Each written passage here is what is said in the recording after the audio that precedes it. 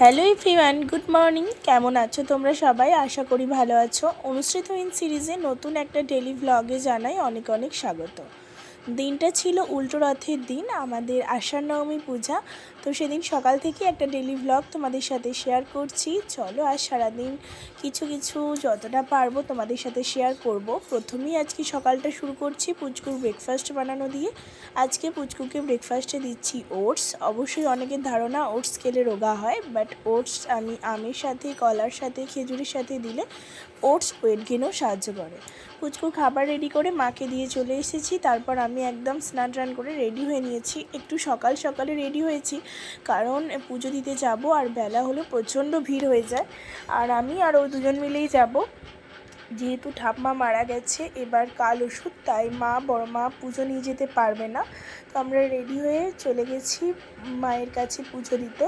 আমাদের এখানে চণ্ডী মায়ের পুজো হয়, আষাঢ় নবমীর পূজায়। অনেক অনেক জায়গায় পঞ্চাননের পুজো হয়। তো মায়ের পুজো টুজো দিচ্ছিলাম। আর তোমাদের জানিয়ে রাখি, বড়দি এখনও আসেনি কারণ সোনা মায়ের এক্সাম, ওরা বিকালে আসবে। আর ছোটদি সন্ধ্যাবেলায় আসবে কারণ ওর বাড়িতেও পুজো, যেহেতু ওর পাশের গ্রামেই বিয়ে হয়েছে। তারপর পুজো টুজো দিয়ে বাড়ি এসে এখানে হচ্ছিল মাংস কাটা চলছিল।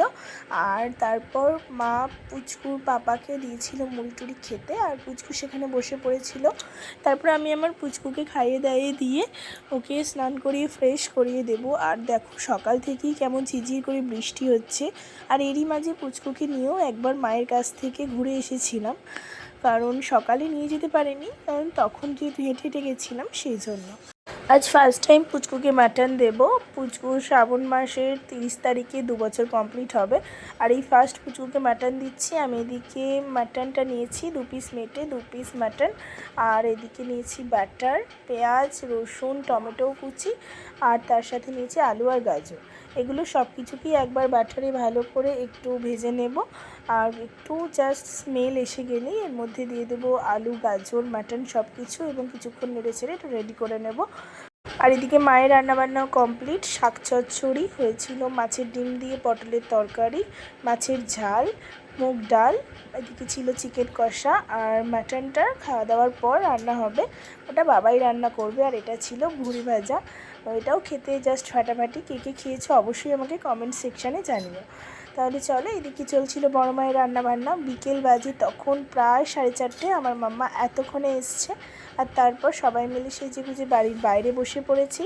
এখন পুজো নিয়ে যাওয়া হবে। আমাদের পুজোর এটাই সবথেকে ইউনিক একটা জিনিস। সব আষাঢ় নবমী পুজোতেই এটা হয়, সাজিয়ে নিয়ে যাওয়া। এই যে মই সাজিয়ে পুজো নিয়ে যাওয়া হয়। আগে তো মইগুলোকে খুব সুন্দর করে সাজাতো, বাট এখন আর সেই সাজানো কোথায়, হয়তো মানুষের সময়ও নেই।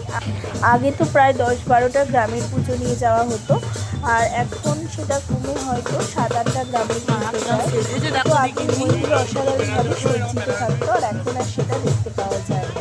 ঠিক আছে, তোমরা পুজো নিয়ে যা দেখতে থাকো, আর অবশ্যই জানো কেমন লাগছে। তোমরা বিয়ে বাড়িতে এত সাজি না, তোমাদের জন্য নতুন নতুন কিছু ভিডিও শেয়ার করার। আশা করি তোমাদের ভালো লাগবে।